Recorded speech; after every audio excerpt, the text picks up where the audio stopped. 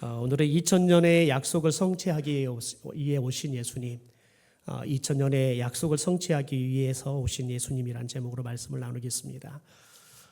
오늘 읽었던 마태복음 1장의 말씀은 예수님의 족보가 쭉 나옵니다. 여러분, 그런데 이 족보 속에는 그 가문의 역사의 스토리가, 그러니까 역사가 담겨 있어요. 그런데 여러분, 모든 역사 안에는 빛이 있고 또 어둠이 있습니다. 그러니까 명함이 있다는 거예요. 좋은 일도 있고 나쁜 일도 있다는 거죠.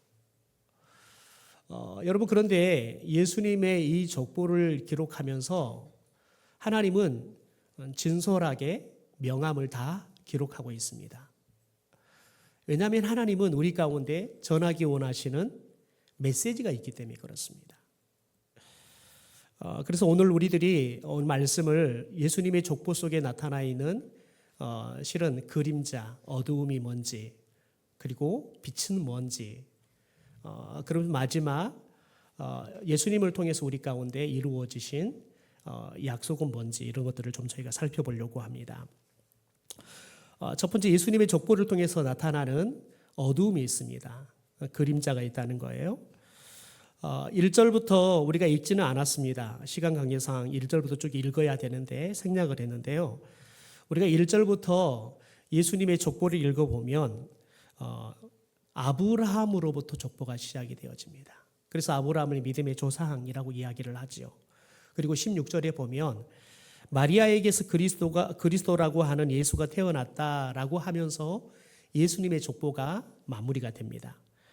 그런데 오늘 우리가 본문 읽었던 17절부터 이 전체 계보를 다시 한번 정리를 합니다. 어떻게 정리를 하냐면 14대로 세 번에 걸쳐서 나누어서 다시 구분을 해주고 있는 걸 봅니다.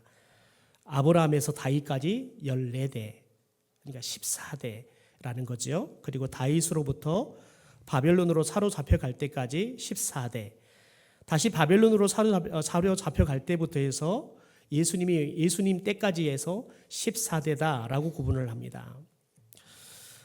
여러분, 그런데 이 예수님의 족보를 가만히 보면 이 가문의 역사 가운데 굴곡이 있는 것을 보게 됩니다.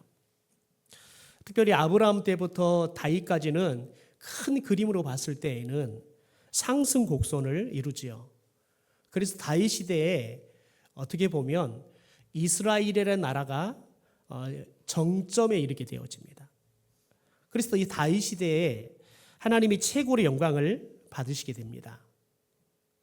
더 나아가서는 이게 얼마만큼 대단한 거였냐면 이 다윗 시대에 있던 주변에 있는 나라들도 하나님을 믿지 않는 우상을 섬기는 사람들이었지만, 나라들이었지만 그들이 하나님이 위대하시다라고 고백을 하면서 이 이스라엘에게, 특별히 다윗 왕에게 조공들을 바칠 정도로 이 이스라엘이 어떻게 보면 가장 부강했던 그런 역사들을 살게 되어집니다.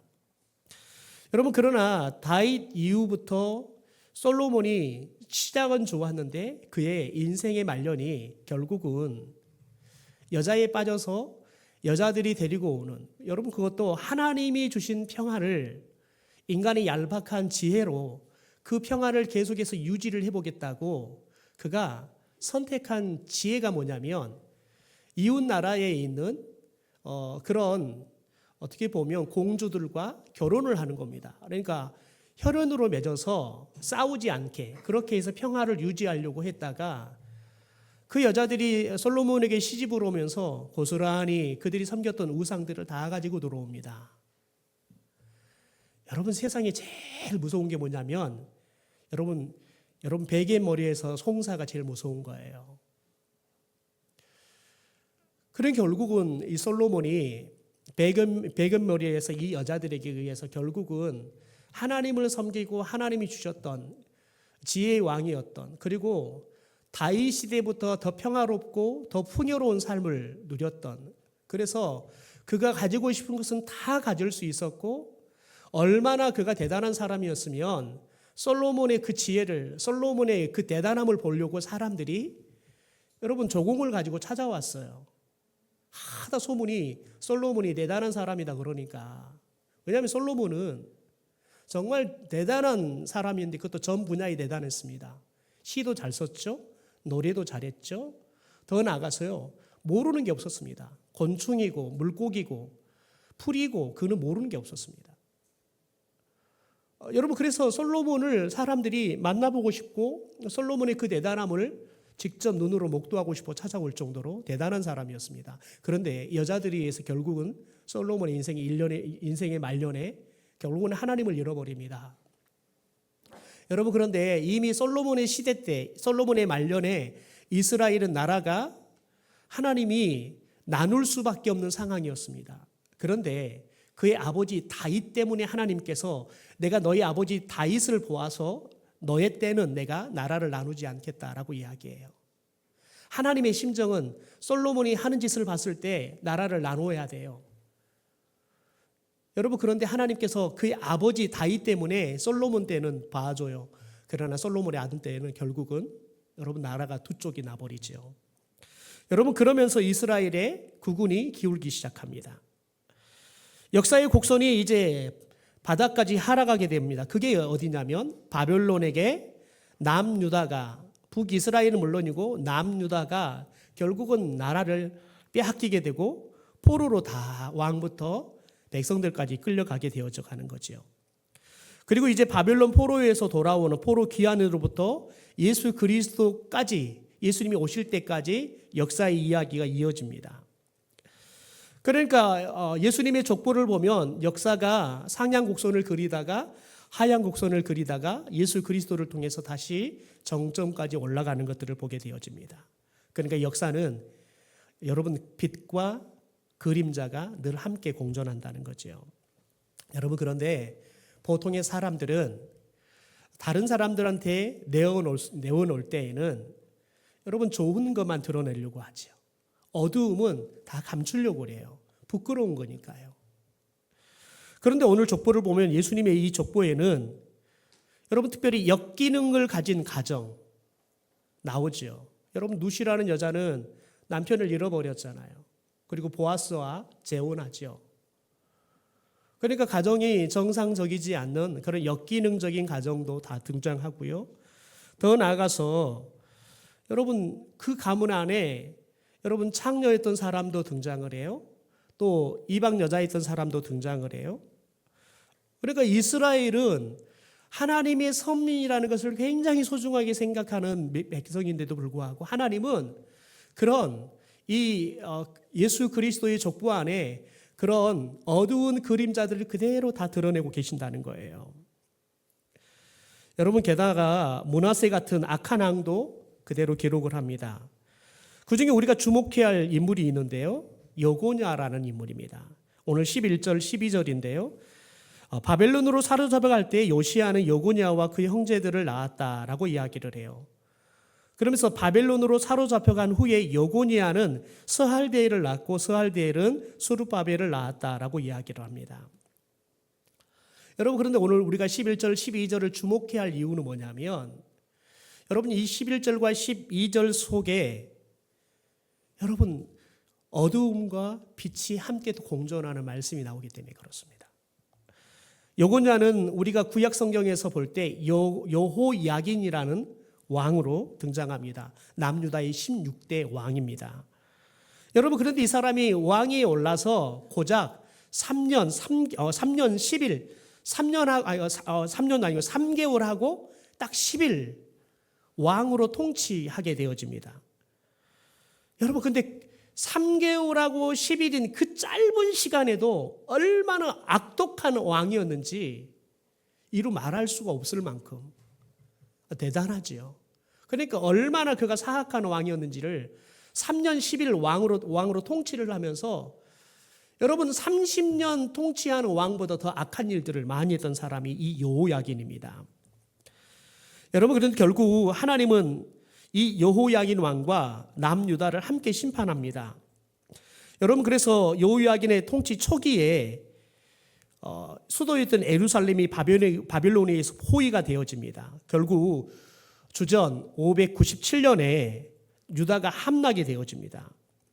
여러분, 그래서 이때 여고니아가 당시에 어떻게 보면 오늘날은 장관급 이런 사람들, 사회적인 영향력 있는 사람들과 함께 바벨론으로 포로로 끌려가게 되어집니다.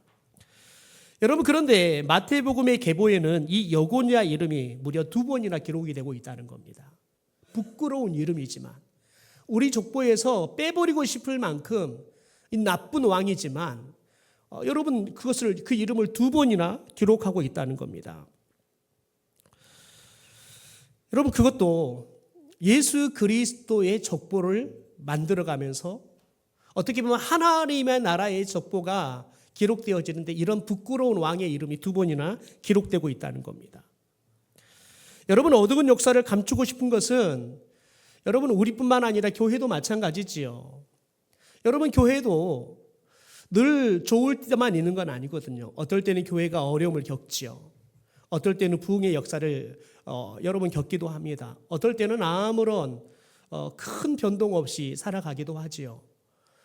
여러분, 그래서 대부분 교회는 대부분 다 50년사, 70년사 이렇게 교회의 역사를 책으로 만들 때 실은 다 여러분 어두운 부분은 다 기록하지 않고 좋은 이야기만을 기록하려고 하는 겁니다. 왜요? 부끄러우니까요. 여러분, 그런데 예수님은 특별히 여러분 오늘 말씀에 보면 그 예수님의 족보를 부끄러운 어둠의 역사들을 그대로 다 드러내고 계신다는 겁니다. 왜 그럴까요? 2가지를 특별히 여러분 드러내려고 하는 거예요. 첫째, 인간은 신실하지 않다는 거예요. 여러분, 아브라함은 믿음의 조상이었습니다. 신실한 믿음을 보입니다. 그러나 그의 족보에 등장하는 많은 사람들은 그 믿음의 신실함을 잃어버리는 거예요. 그러니까 인간은 여러분 신실한 존재가 아니라는 거예요. 여러분, 그래서 목사도 믿을 게 못 돼요. 여러분, 목사가 늘 여러분 목사가 좋은 목사이면 좋겠는데 그러지 않을 수도 있다는 거예요. 여러분, 그래서 여러분이 목사를 위해 기도 많이 해야 돼요. 여러분, 늘 좋은 목사가 될 수 있도록 여러분이 기도를 많이 해야 돼요. 왜냐하면 목사는요, 수없는 영적 공격을 받아요. 여러분, 토요일이 되면 여러분 목사는 마음이 상하지 않기 위해서 얼마나 노심초사한지 몰라요. 그래서 될 수 있으면 외부 사역을 안 하려고 해요. 왜냐하면 외부 사역을 했다가 자칫 마음이 상한 일이 생기면 어려워요. 주의를 말씀을 전해야 되는데 상한 마음을 가지고 말씀을 전하면 여러분에게 건강한 말씀을 먹일 수가 없거든요. 2번째, 여러분, 하나님은 신실하신 분이다라는 것들을 나타내기 위해서 기록했어요. 생각해 보세요.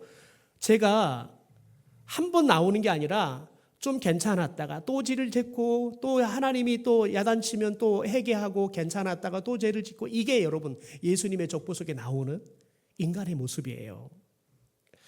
여러분, 그런데 하나님의 나라는 그런 인간들을 통해서 하나님께서 이루어 가시는데요. 한번 생각해 보십시다.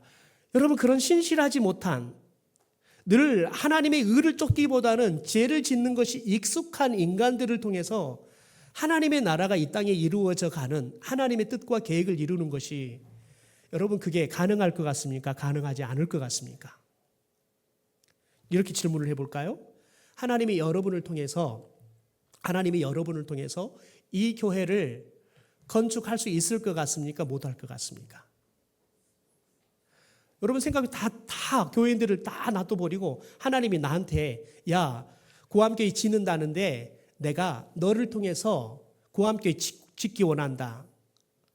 여러분, 그러면 여러분 아멘 하실 것 같습니까? 노멘 할 것 같습니까? 여러분, 저도 아멘 안 나와요. 하나님 저를 뭘 믿고요? 여러분, 그러니까 하나님은 사람을 통해서 하나님의 언약들을, 약속했던 말씀들을 이루어 가는데 이런 신실하지 못한 인간들을 통해서 하나님의 약속은 결코 이루어질 수 없어요. 여러분, 그래서 무엇을 보여주냐면 하나님의 신실한 약속은 인간 통해서 이루어지지만 그러나 결국 하나님이 인간을 통해서 이루신다는 걸 우리에게 보여주는 거예요. 사람은 도구일 뿐이에요. 여러분 11절에 보면 유다가 바벨론으로 끌려갈 무렵에 요시야가 여고니아와 그 형제들을 낳았다라고 이야기를 해요. 그리고 12절에 여고니아는 3개월 10일 만에 왕에서 폐위가 되고요. 바벨론으로 끌려갑니다. 얼마나 여러분 비참하고 굴욕적인 역사입니까? 그럼에도 불구하고 우상 숭배자였던 여고니아로 인해서 예수 그리스도가 오셨다는 거예요. 예수 그리스도를 하나님이 보내준다 약속했는데 그 약속이 여러분 이루어졌다는 거예요. 그러니까 여러분 여고냐 이 부끄러운 이 사람을 예수님의 족보에 그대로 그것도 2번이나 기록을 하고 있는 거예요. 여러분 그러면 하나님께서 어떻게 무엇을 통해서 이루셨냐는 거예요. 그 답이 12절에 나옵니다. 우리 12절을 같이 한번 읽어볼까요? 시작. 바벨론으로 사로잡혀간 후에 여고니아는 스할디엘을 낳고 스할디엘은 수룹바벨을 낳고. 여러분 답이 보이십니까? 아무리 봐도 답이 보이지 않을 겁니다. 그런데 분명 하나님은 여러분 여전히 역사하고 있음을 이 짧은 구절 속에 여러분 우리에게 보여주고 있습니다. 바벨론의 감옥에 갇혀있던 여고니아가 포로로 잡혀가서 유배 생활을 하는데 37년을 유배 생활을 합니다. 그리고 주전 562년경에 바벨론 왕에 의해서 감옥에서 풀려납니다. 여러분 그런데 바벨론 왕에 의해서 이 여고니아는 놀라운 은혜를 입습니다. 바벨론 왕이 이 여고니아 왕을 자신의 식탁에서 함께 밥을 먹을 수 있도록 허락해요. 그리고 그것을 포로 생활을 하는데 필요한 물품들을 다 공급해 줍니다.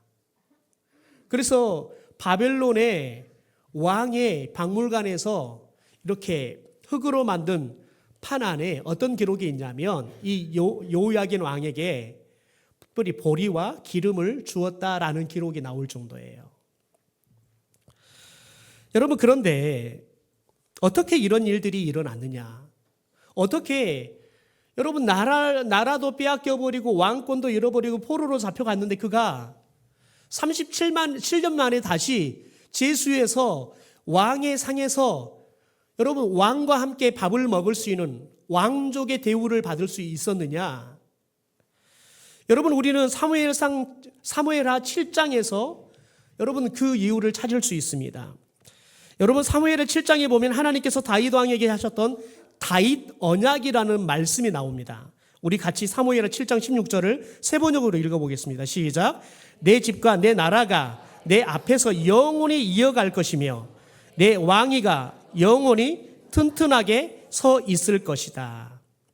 하나님이 다윗에게 약속한 게 뭐였냐면 너 집과 너의 나라가, 그러니까 다윗의 가문을 통해서 이 이스라엘의 나라가 앞으로도 영원히 이어질 거라는 거예요. 더 나아가서 왕위가 영원히 튼튼하게 서 있을 것이다. 여러분 요야게는 여러분 부끄러운 사람이 여고냐는 부끄러운 왕이었지만 하나님께서 다윗과 한 언약을 생각하셔서 그에게 37년의 벌을 내리지만 하나님이 생각하기에 충분했다 생각할 때 그를 다시 왕권을 온전하지는 않지만 포로지만 왕으로 대접받는 여러분 그런 삶을 다시 회복시켜 주셨다는 겁니다. 여러분 하나님은 비록 여고냐가 악한 왕이었고 우상 숭배자이지만 그를 완전히 버리지 않았습니다. 이유는 딱 하나입니다. 그가 다윗의 후손이었기 때문에 그렇습니다.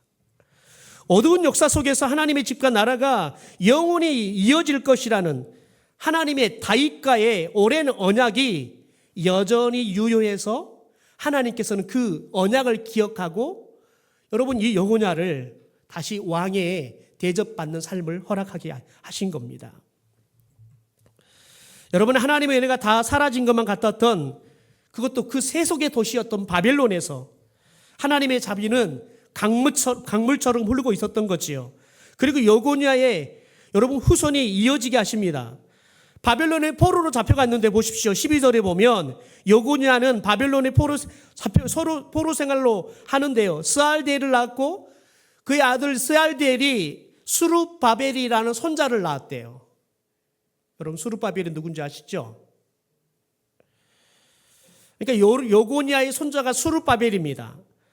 여러분 그런데 수룹바벨이 어떤 사람이냐면 이스라엘 백성들이 1차 바벨론에서 포로들이 귀환할 때 이 포로들을 데리고 다시 이스라엘로 귀환할 때 그가 총독으로 지도자가 되어서 이스라엘 백성들을 데리고 다시 돌아가는 걸 봅니다.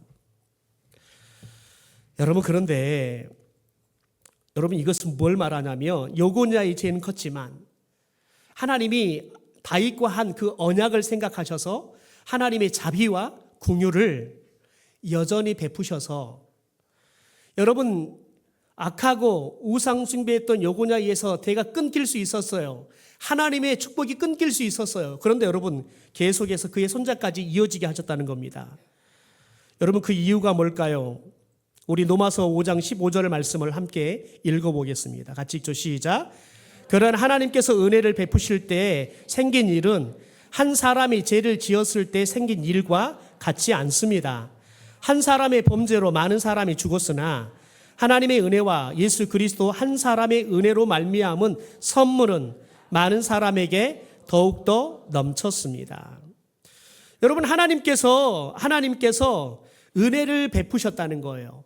그래서 생긴 일이 뭐예요? 여러분 예수 그리스도라는 한 사람을 우리에게 보내주신다는 거예요.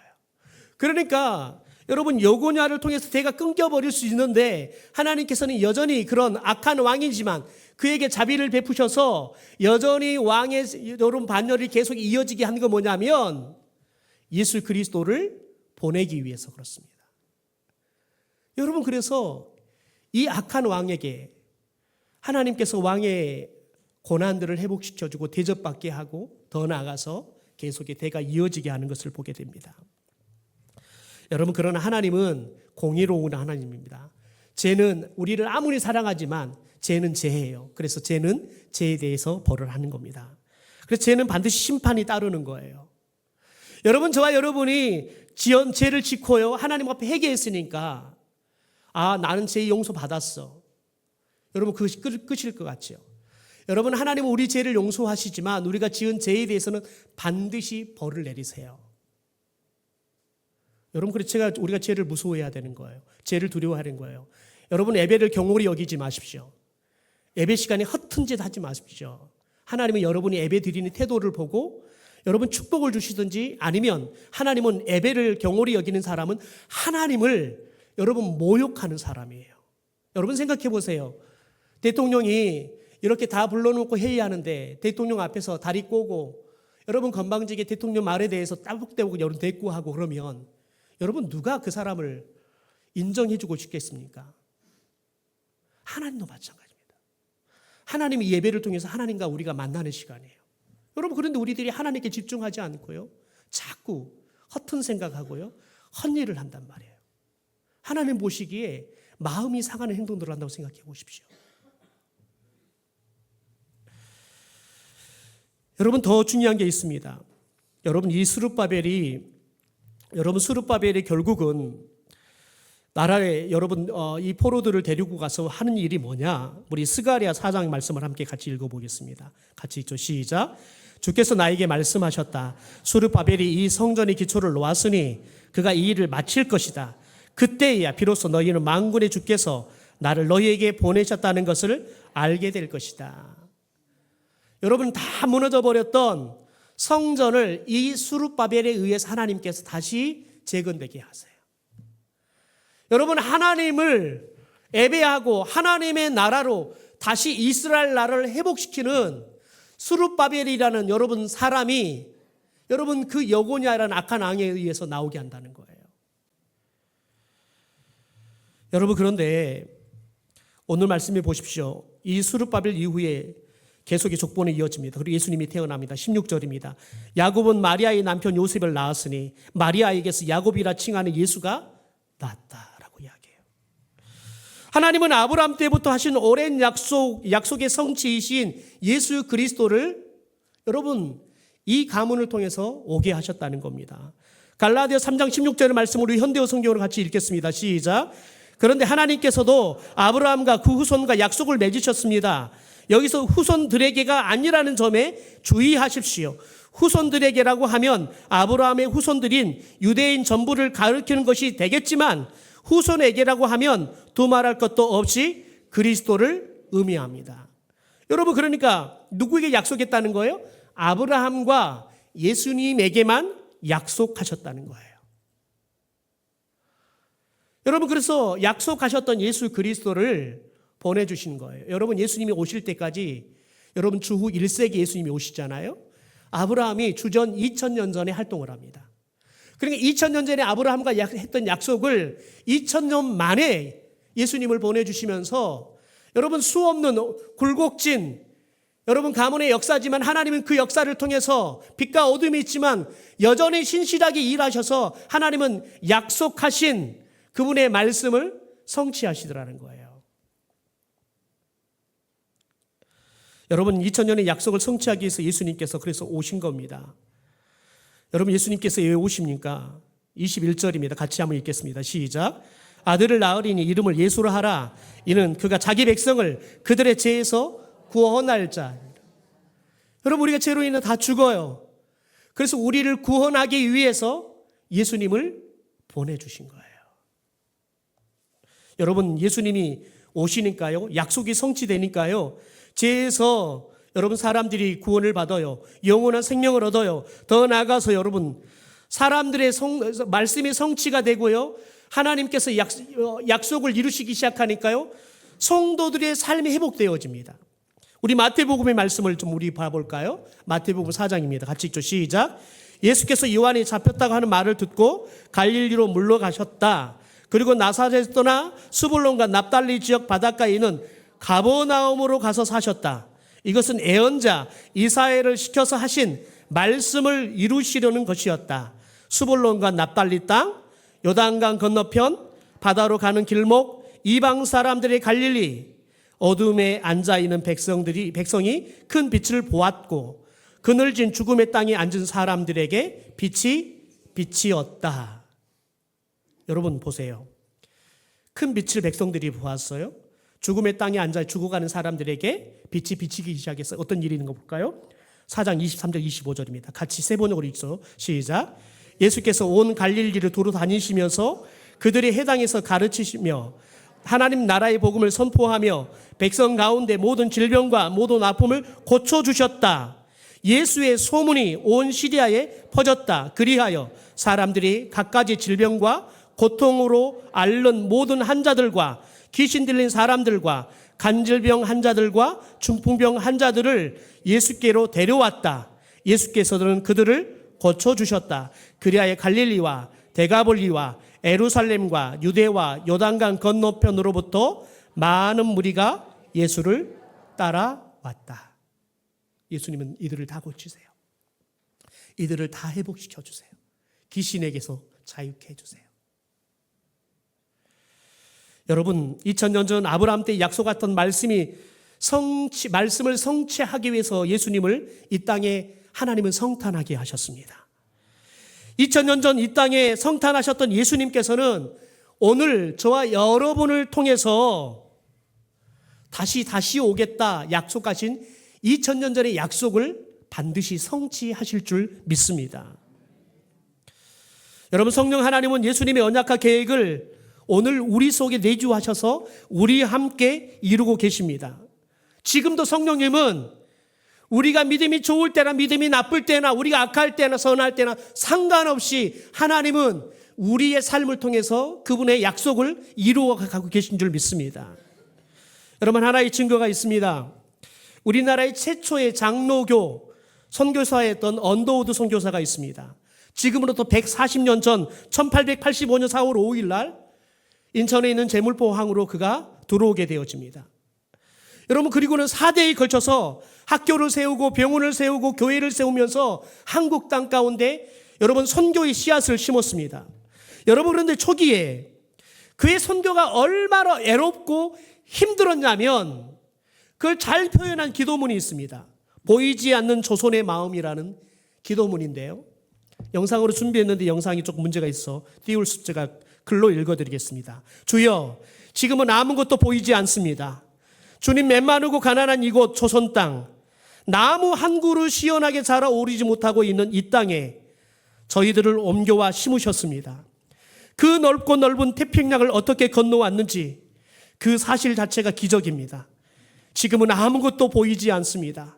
보이는 것은 그저 고집스럽게 얼룩진 어두움뿐, 어두움과 가난, 인습에 묶여있는 조선 사람뿐입니다.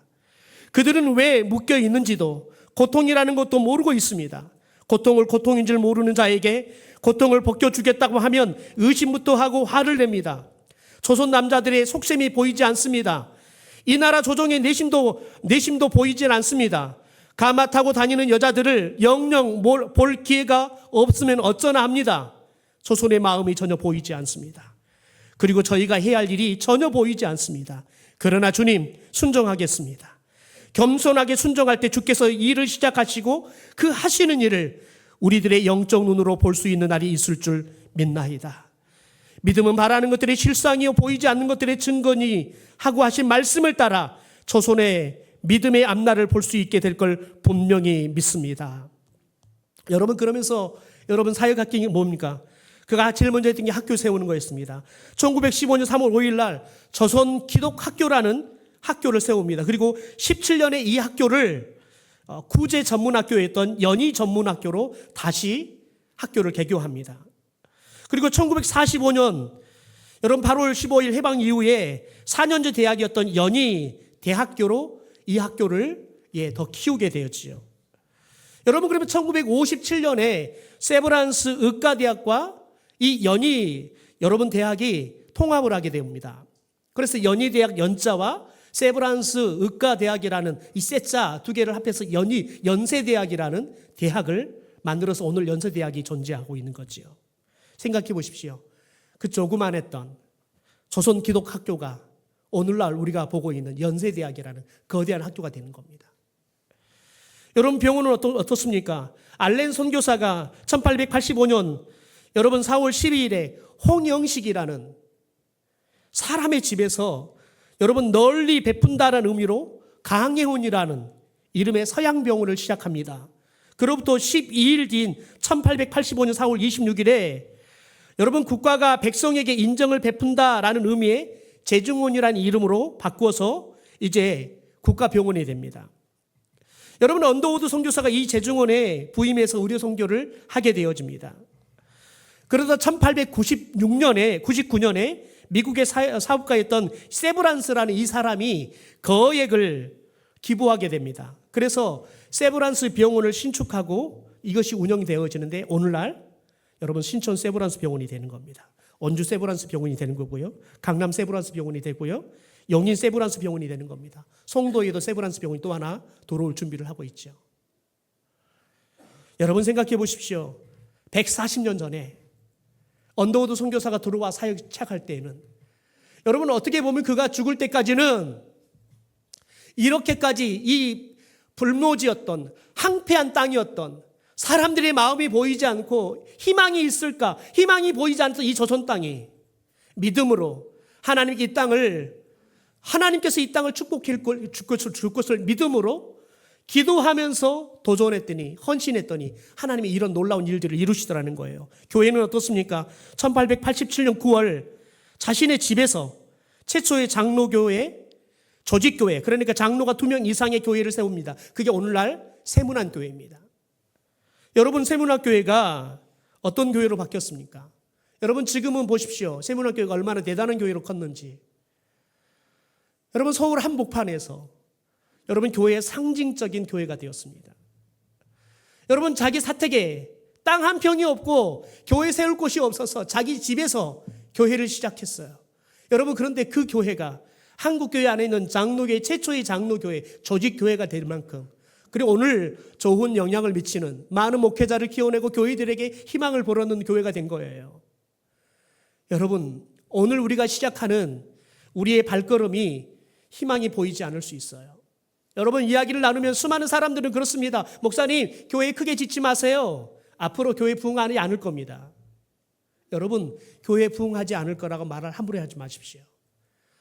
여러분, 우리는 현상을 보고 말하는 사람들이 아니라 우리는 믿음으로 이야기할 사람들이에요. 왜요? 믿음으로 이야기할 때 그게 우리의 비전이 되는 겁니다. 그게 우리의 기도가 되어지는 거예요. 여러분은, 하나님은 여러분 믿음의 비전과 기도를 통해서 일하세요. 하나님은 우리가 말하는 걸 그대로 듣고 그대로 행하신다 해요. 여러분, 저와 여러분이 믿음을 가집시다. 여러분, 제가 요즘 새롭게 꿈꾸는 게 있습니다.